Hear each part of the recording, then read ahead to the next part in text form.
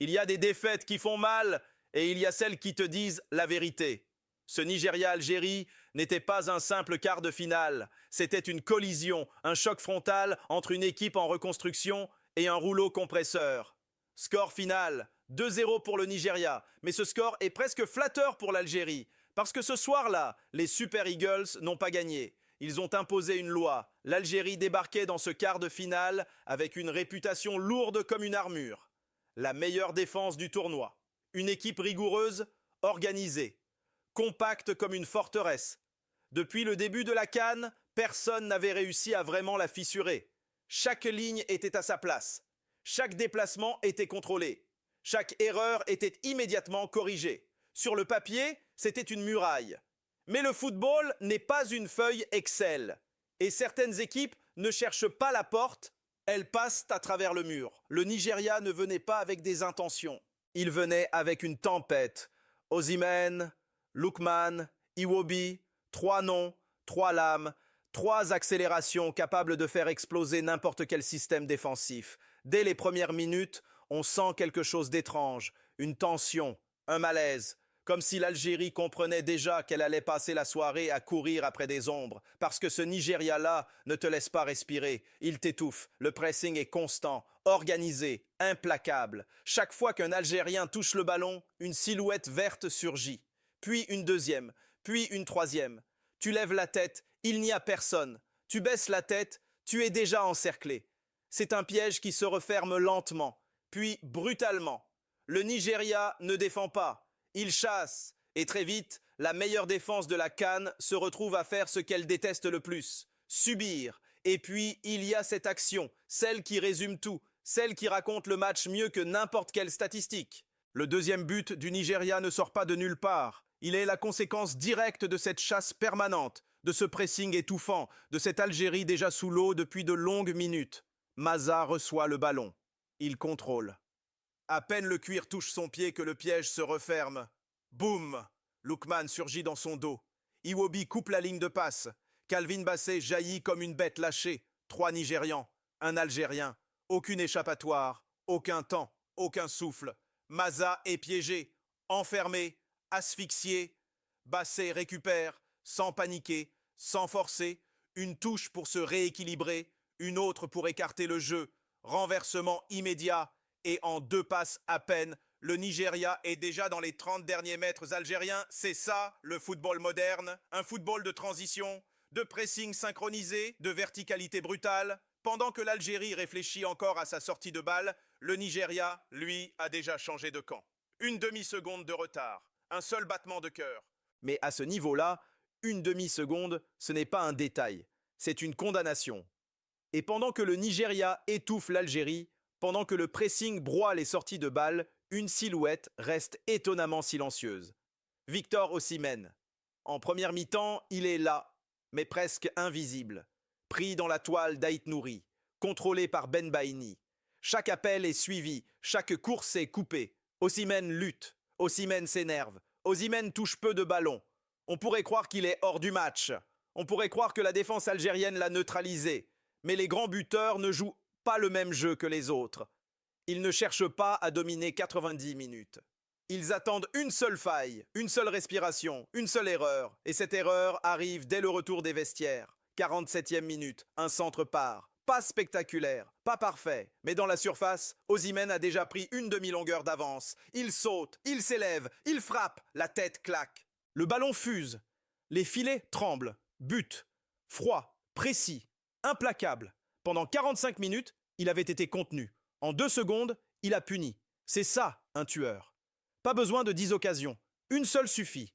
Et après ce premier coup de poignard, l'Algérie vacille. Le but d'Osimhen n'assomme pas totalement, mais il fissure. Il installe le doute. Il ouvre la porte. Et c'est précisément à ce moment-là que tout bascule. Quelques minutes plus tard, le Nigeria accélère encore. Une projection, une transition, un appel dans le dos de la défense. Lookman s'engouffre. Lucas Zidane sort, mais il sort mal, trop tôt, trop bas, sans équilibre. Il plonge presque en désespoir comme un poisson hors de l'eau, laissant derrière lui un espace immense. À ce niveau-là, un gardien ne doit jamais faciliter la tâche de l'attaquant. Il doit rester debout, fermer les angles, forcer l'adversaire à penser.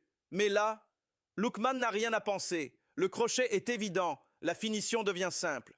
Presque trop simple. Zidane lui a donné la décision. Il lui a offert le but. Et à cet instant précis, le match ne bascule plus. Il se termine. Et une fois la poussière retombée, une fois le score figé, une fois l'Algérie définitivement sortie de ce quart de finale, une vérité s'impose. Brutal, inconfortable. Ce match n'a pas seulement désigné un vainqueur, il a révélé un écart. L'Algérie n'a pas manqué de volonté, elle n'a pas manqué d'organisation, elle a manqué de puissance, de présence, de points de fixation. Dans ce genre de bataille, quand le match devient un combat, il faut un corps pour encaisser. Un joueur capable de fixer, de faire respirer l'équipe, de transformer un ballon anodin en seconde balle exploitable. Et ce joueur-là, il était sur le banc. Pourquoi Bounedjah n'est-il jamais entré? Pourquoi laisser Amoura lutter seul, dos au but, face à des colosses comme Bassé et Ndidi? C'était une mission impossible, parce que le Nigeria n'a pas gagné ce match par magie. Il l'a gagné au sol, dans les duels, dans les impacts répétés. Chaque ballon était une guerre, chaque duel une démonstration de force. Onyeka, Ndidi, Bassé, des machines, des joueurs qui ne reculent jamais, qui ne lâchent rien, qui transforment chaque contact en message. Ici, c'est notre territoire. Face à eux, l'Algérie n'a pas résisté, elle a reculé, elle a cédé, elle n'a pas été humiliée, elle a été mangée. Et au milieu de cette tempête, il y a eu cet instant, cette action, ce moment suspendu qui fait toujours basculer les débats. Le pénalty fantôme, le centre arrive, le ballon fuse dans la surface, un bras, une cuisse, un contact. Oui, le ballon touche d'abord la cuisse. Oui, il vient ensuite frapper la main. Et oui, la main agrandit clairement la surface du corps. Dans n'importe quelle autre compétition, dans n'importe quel autre contexte, ce genre d'action déclenche une chose simple, la VAR appelle. Un doute? On vérifie. Point final. Mais là, rien. Pas d'appel. Pas de visionnage. Pas de seconde chance pour l'arbitre de juger lui-même. Et c'est là que le vrai malaise naît. Pas dans la décision finale, mais dans l'absence même de procédure. Parce qu'on ne demande pas que l'Algérie obtienne un penalty. On demande que la situation soit regardée. Mais malgré tout, soyons lucides. Même avec un penalty, même avec un but, le scénario n'aurait pas changé. Ce Nigeria-là était au-dessus, physiquement, tactiquement, mentalement. Et parfois, même l'injustice ne peut pas réécrire un match déjà décidé. La tension monte déjà avant même le coup d'envoi. Une demi-finale qui promet d'être une guerre de chaque mètre carré. D'un côté, le Nigeria, une machine de guerre. La meilleure attaque de la compétition, rapide, puissante, implacable. Chaque ballon porté est une menace. Chaque transition, un couteau dans le dos de l'adversaire. De l'autre, le Maroc, une équipe disciplinée, organisée, méthodique. Un bloc solide, une défense qui sait attendre et punir. Mais face à cette tornade nigériane, la moindre baisse d'intensité pourrait être fatale. Parce que le Nigeria, ce Nigeria-là, ne pardonne rien. Il ne recule jamais, il ne doute jamais. Et il frappe toujours au moment exact où tu crois pouvoir respirer. Si les Marocains veulent exister, ils devront être parfaits. Chaque geste compte, chaque duel est vital, chaque seconde peut décider du sort de ce match. La bataille s'annonce explosive, et quand la tempête rencontre la forteresse, il n'y aura pas de place pour l'erreur. Après ce quart de finale, il serait facile de parler de honte, de drame ou de déception. Mais la vérité est ailleurs. L'Algérie n'a pas été humiliée. Elle a simplement croisé la route d'une équipe plus forte, plus rapide, plus puissante, plus impitoyable. Et c'est une leçon précieuse. Parce que dans le football, la vérité se révèle toujours sur le terrain. Ce que ce match a montré, c'est que le talent seul ne suffit pas. Il faut du muscle pour résister, de la vitesse pour suivre, du sang neuf pour transformer les opportunités. À quelques semaines de la Coupe du Monde, cette réalité devient encore plus tangible. L'Algérie va affronter l'Argentine. Romero dans les cages, De Paul Paredes au milieu, Martinez dans les duels aériens. Et là, pas question de compter sur la seule expérience, pas question de s'appuyer sur la légende d'hier. Riyad Mahrez est et restera une icône. Un joueur capable de changer un match sur une inspiration, un coup franc, un contrôle parfait. Mais le football moderne ne pardonne pas le temps, il ne pardonne pas la fatigue, il ne pardonne pas l'absence de renouvellement. Pour l'Algérie, le message est clair, il faudra plus de corps, plus de sang, plus de courage, parce que la Coupe du Monde ne fait pas de place pour la nostalgie. Elle récompense ceux qui courent, qui pressent, qui frappent dès la première seconde. Et ce match contre le Nigeria n'était qu'un aperçu brutal de ce qui attend les Fennecs sur la scène mondiale. Après ce quart de finale, il serait facile de parler de honte, de drame ou de désillusion. Mais la vérité est ailleurs. L'Algérie n'a pas été humiliée. Elle a simplement croisé la route d'une équipe plus forte, plus rapide, plus puissante, plus impitoyable. Et dans ce constat brutal, il y a une leçon précieuse. Parce que dans le football, la vérité ne se lit pas dans les statistiques ni dans les déclarations d'après-match. Elle se révèle sur le terrain.